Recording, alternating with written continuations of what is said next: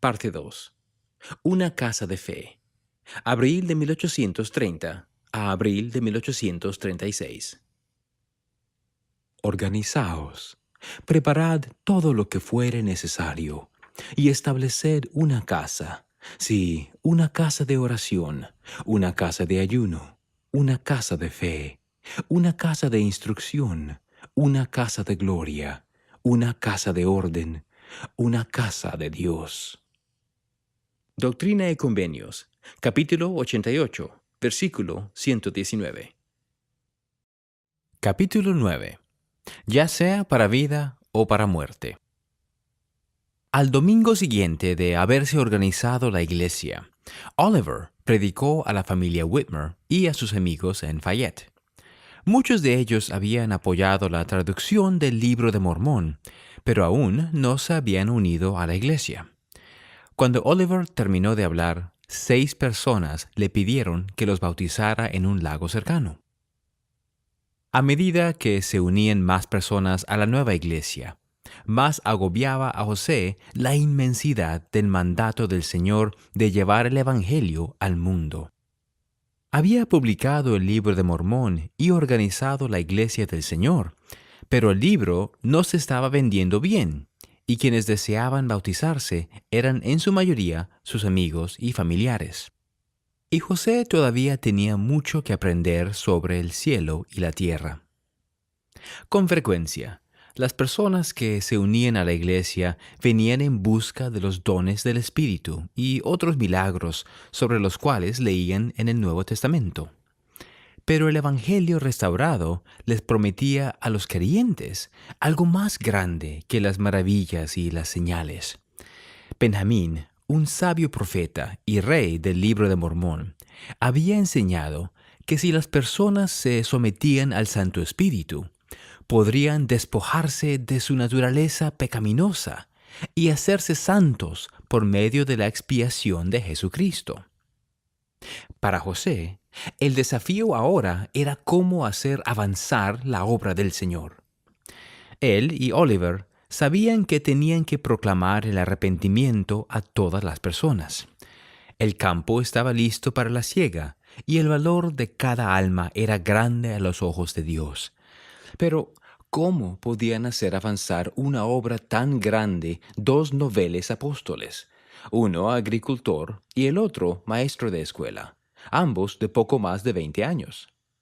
¿Y cómo podría una pequeña iglesia de la zona rural del estado de Nueva York elevarse por encima de sus humildes comienzos y crecer hasta llenar el mundo entero? Después de los bautismos en Fayette, José emprendió el viaje de regreso a su granja en Harmony, a 160 kilómetros de distancia.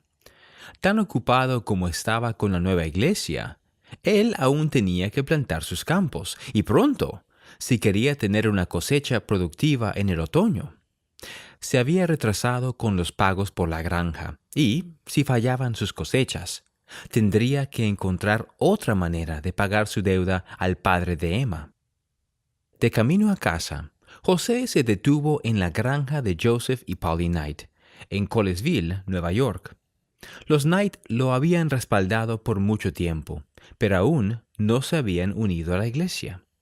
Joseph Knight, en particular, quería leer el Libro de Mormón antes de abrazar la nueva religión. José se quedó unos días en Colesville, predicando a la familia Knight y a sus amigos. Newell Knight, uno de los hijos de Joseph y Polly, a menudo hablaba con el profeta acerca del Evangelio. Un día, José lo invitó a orar en una reunión, pero Newell dijo que prefería orar solo en el bosque. A la mañana siguiente, Newell fue al bosque e intentó orar. Una sensación incómoda le invadió, la cual empeoró cuando quiso volver a casa. Para cuando llegó, la sensación era tan opresiva que le rogó a su esposa, Sally, que buscara al profeta. José fue corriendo a ver a Newell y encontró a los familiares y vecinos contemplando atemorizados mientras el joven sufría violentas contorsiones en su cara, sus brazos y piernas. Cuando Newell vio a José, gritó: echa fuera al demonio. Hasta entonces, José nunca había intentado reprender al demonio o sanar a alguien, pero sabía que Jesús había prometido a sus discípulos el poder de hacerlo. Actuando rápidamente, tomó a Newell de la mano. «En el nombre de Jesucristo», dijo José, «apártate de él».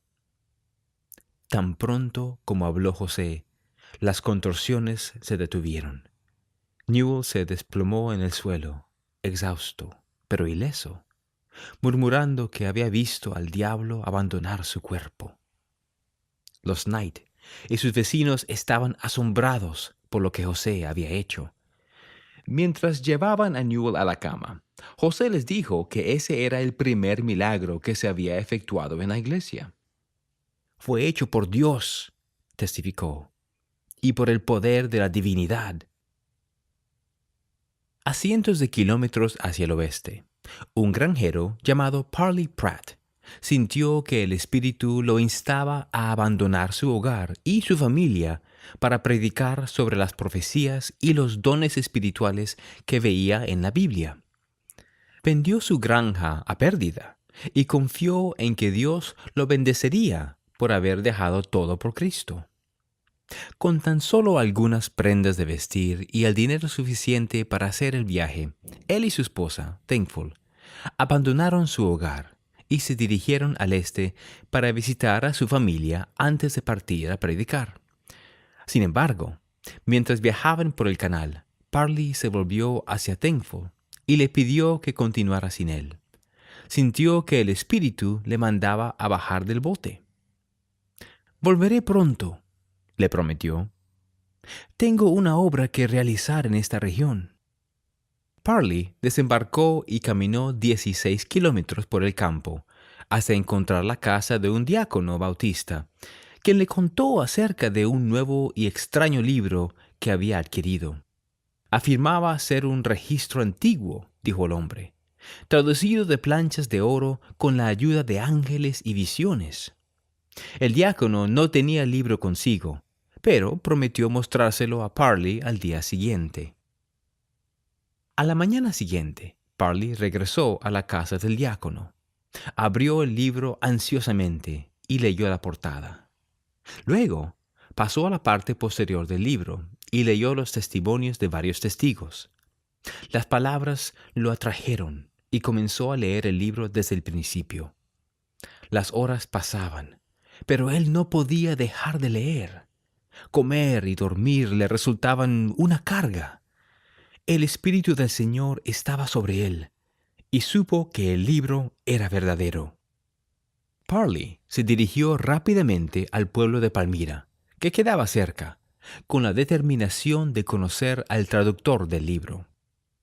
Unos lugareños le indicaron cómo llegar a la granja, que estaba a pocos kilómetros por el camino. De camino, Parley vio a un hombre y le preguntó dónde podía encontrar a José Smith. El hombre le dijo que José vivía en Harmony, a unos 160 kilómetros al sur, pero se presentó como Hyrum Smith, hermano del profeta. Ellos conversaron hasta bien avanzada la noche, y Hyrum le testificó del libro de Mormón, la restauración del sacerdocio y la obra del Señor en los últimos días. A la mañana siguiente, Parley tenía citas para predicar que deseaba cumplir, por lo que Hyrum le dio un ejemplar del libro y se despidieron. En la siguiente oportunidad que tuvo, Parley retomó la lectura del libro y descubrió, para su alegría, que el Señor resucitado había visitado al pueblo de la antigua América y les había enseñado su evangelio. Parley comprendió que el mensaje del libro era de más estima que todas las riquezas del mundo. Cuando cumplió con sus citas de predicación, Parley regresó a la casa de la familia Smith. Hyrum lo recibió nuevamente y lo invitó a visitar la granja de la familia Whitmer, donde podría conocer a una creciente congregación de miembros de la iglesia. Deseoso de aprender más, Parley aceptó la invitación. Pocos días más tarde, él fue bautizado. A fines de junio de 1830, Emma viajó con José y Oliver hacia Colesville. Las noticias del milagro que José había efectuado esa primavera se habían esparcido por toda la región, y ahora los Knight y varias otras familias deseaban unirse a la iglesia. Emma también estaba lista para su bautismo. Al igual que los Knight, ella creía en el Evangelio restaurado y en el llamamiento profético de su esposo, pero todavía no se había unido a la iglesia. Después de llegar a Colesville, José trabajó con otras personas, construyendo un dique en un arroyo cercano para poder llevar a cabo una reunión bautismal al día siguiente. Sin embargo, cuando llegó la mañana, descubrieron que alguien había destruido el dique durante la noche para evitar que se efectuaran los bautismos. Decepcionados, llevaron a cabo una reunión dominical en su lugar y Oliver predicó sobre el bautismo y el Espíritu Santo. Después del sermón, un ministro local y algunos miembros de su congregación interrumpieron la reunión e intentaron arrastrar afuera a uno de los creyentes. Emma estaba bien familiarizada con la violencia de quienes se oponían a José y su mensaje. Algunas personas lo tildaban de fraude y lo acusaban de tratar de sacar provecho de sus seguidores. Otros se burlaban de los creyentes y los llamaban mormonitas. Al día siguiente, Emma y los demás regresaron al río temprano para evitar problemas y repararon el dique. Una vez que el agua era suficientemente profunda, Oliver entró en el estanque y bautizó a Emma, a Joseph y Polly Knight y a otras 10 personas.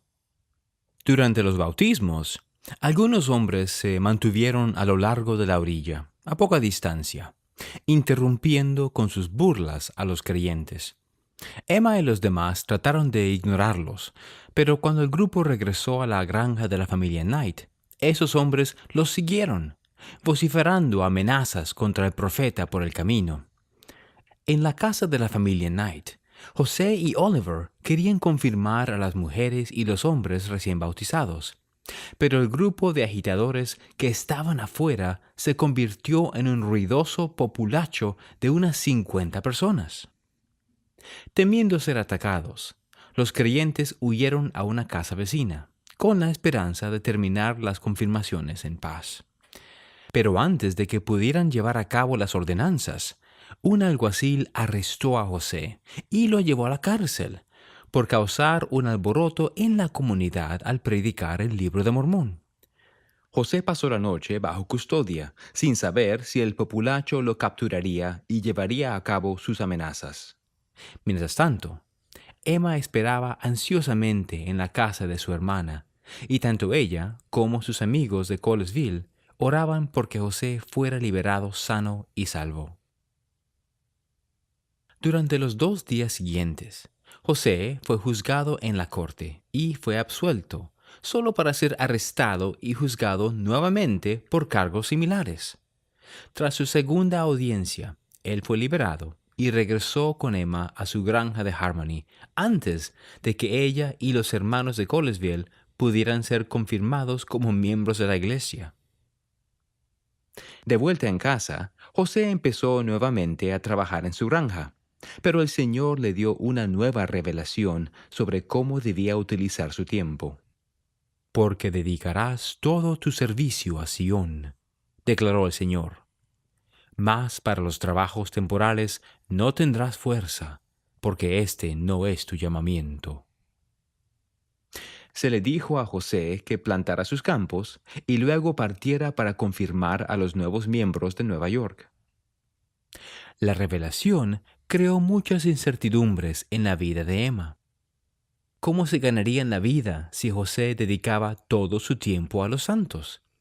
¿Y qué haría ella mientras él estuviera fuera, sirviendo a la iglesia? ¿Debía quedarse ella en casa o el Señor quería que fuera con él? Y si esto era lo que él deseaba, ¿cuál sería la función de ella en la iglesia? Conociendo el deseo que Emma tenía de recibir guía, el Señor le habló en una revelación dada por medio de José. El Señor le perdonó sus pecados y la llamó dama elegida. Le mandó que fuera con José en sus viajes y le prometió: serás ordenada por su mano para explicar las Escrituras y para exhortar a la iglesia. También calmó sus temores sobre sus finanzas. No tienes por qué temer, le aseguró, porque tu marido te sustentará. Luego, el Señor le indicó que hiciera una selección de himnos sagrados para la iglesia, porque mi alma se deleita en el canto del corazón. Poco después de la revelación, José y Emma viajaron a Colesville, donde Emma y los santos de allí fueron confirmados finalmente. Al recibir los nuevos miembros el don del Espíritu Santo, el Espíritu del Señor llenó la habitación. Todos se regocijaron y alabaron a Dios. Más tarde ese verano, José y Emma pagaron la totalidad de su granja con la ayuda de amigos y se mudaron a Fayette para que José pudiera dedicar más tiempo a la iglesia. Sin embargo, al llegar allí, se enteraron de que Hiram Page, uno de los 8 testigos, había empezado a buscar revelaciones para la iglesia a través de lo que él pensaba que era una piedra de vidente. Muchos santos, entre ellos Oliver y algunos miembros de la familia Whitmer, creían que esas revelaciones provenían de Dios. José sabía que estaba enfrentando una crisis. Las revelaciones de Hiram imitaban el lenguaje de las Escrituras, hablaban del establecimiento de Sion y de la organización de la iglesia, pero a veces contradecían el Nuevo Testamento y las verdades que el Señor había revelado por medio de José. Sin saber cómo proceder, José se quedó levantado una noche orando, suplicando por guía. Había experimentado oposición antes, pero no de sus amigos. Se actuaba demasiado enérgicamente contra las revelaciones de Hiram. Podía ofender a quienes creían en ellas o desalentar a los santos fieles de buscar revelación por sí mismos. Pero si no condenaba las revelaciones falsas, podían socavar la autoridad de la palabra del Señor y dividir a los santos. Después de muchas horas sin dormir, José recibió una revelación dirigida a Oliver. Nadie será nombrado para recibir mandamientos y revelaciones en esta iglesia, sino mi siervo José Smith, declaró el Señor, porque es preciso que todas las cosas se hagan con orden y de común acuerdo en la iglesia. El Señor le indicó a Oliver que le enseñara este principio a Hiram. Luego la revelación llamó a Oliver a viajar casi 1,600 kilómetros hasta la frontera occidental de los Estados Unidos para predicar el Evangelio restaurado a los indios americanos, quienes eran un remanente de la casa de Israel. El Señor dijo que la ciudad de Sion se edificaría cerca de esos pueblos, haciéndose eco de la promesa del Libro de Mormón de que Dios establecería la Nueva Jerusalén en el continente americano antes de la segunda venida de Cristo. No identificaba la ubicación exacta de la ciudad, pero prometía revelar esa información en un momento posterior. Unos días más tarde, en una conferencia de la iglesia, los santos renunciaron a las revelaciones de Hiram y sostuvieron unánimemente a José como el único que podía recibir revelación para la iglesia. El Señor llamó a Peter Whitmer, hijo, a Ziba Peterson y a Parley Pratt para que se unieran a Oliver en la misión al oeste. Emma y otras mujeres, mientras tanto, comenzaron a hacer ropa para los misioneros. Trabajando largas horas, hilaron lana en hilos, con los cuales tejieron telas y cosieron la tela a mano, pieza por pieza. Parley había regresado recientemente a Fayette con Thankful después de compartir el Evangelio con ella y con otros miembros de su familia. Cuando él partió hacia el oeste, Thankful se mudó con Mary Whitmer, quien con gusto la recibió en su casa. De camino a Missouri, Parley planeó llevar a los otros misioneros al estado de Ohio, donde vivía su antiguo pastor Sidney Rigdon.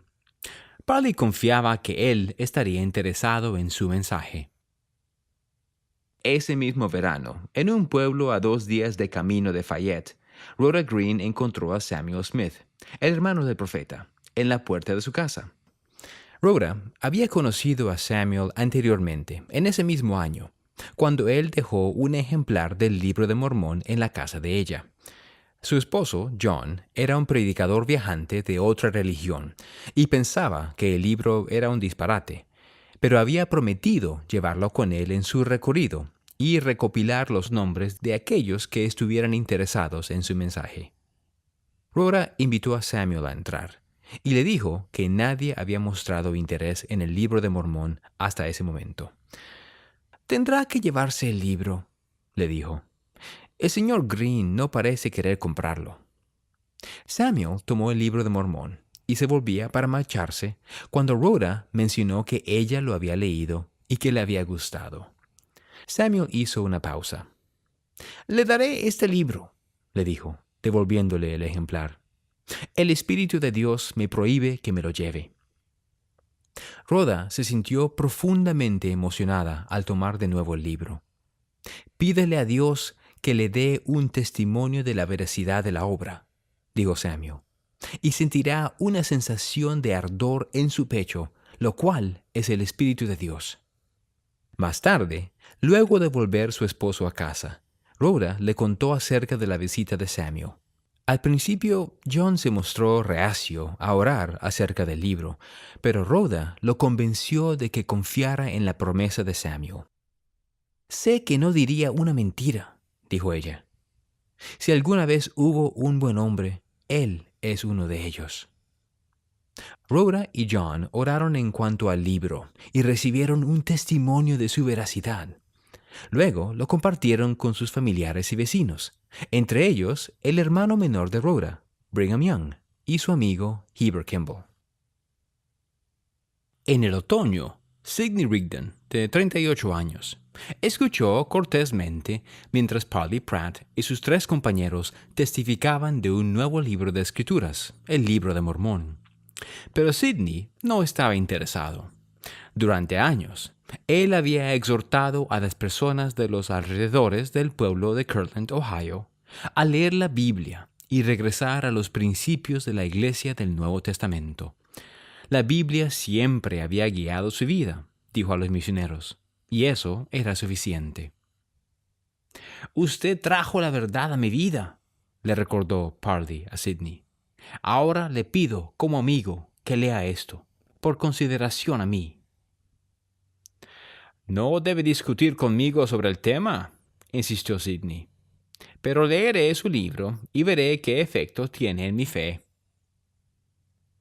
Parley le preguntó a Sidney si podía predicarle a su congregación. Aunque era escéptico de su mensaje, Sidney les dio permiso. Luego que los misioneros se fueron, Sidney leyó partes del libro y descubrió que no podía desecharlo. Para cuando Parley y Oliver le predicaron a su congregación, él no tenía deseos de advertir a nadie en contra del libro. Cuando se levantó para hablar al final de la reunión, citó la Biblia. «Examinadlo todo», dijo, «y retened lo bueno». Pero Sidney seguía sin saber qué hacer. Aceptar el Libro de Mormón significaría perder su empleo como pastor. Tenía una buena congregación y le proporcionaban una vida cómoda a él, a su esposa Phoebe y a sus 6 hijos. Algunas personas de la congregación incluso estaban construyendo una casa para ellos. ¿Podía realmente pedirle a su familia que se alejara de la comodidad de la que disfrutaban? Sidney oró hasta que una sensación de paz descansó sobre él. Sabía que el Libro de Mormón era verdadero. «No me lo reveló carne ni sangre», exclamó, «sino mi Padre que está en los cielos». Sidney compartió sus sentimientos con Phoebe. «Querida», le dijo, «una vez me seguiste hacia la pobreza. ¿Estás dispuesta a volver a hacer lo mismo?» «He considerado el precio», respondió ella. «Es mi deseo hacer la voluntad de Dios, ya sea para vida o para muerte.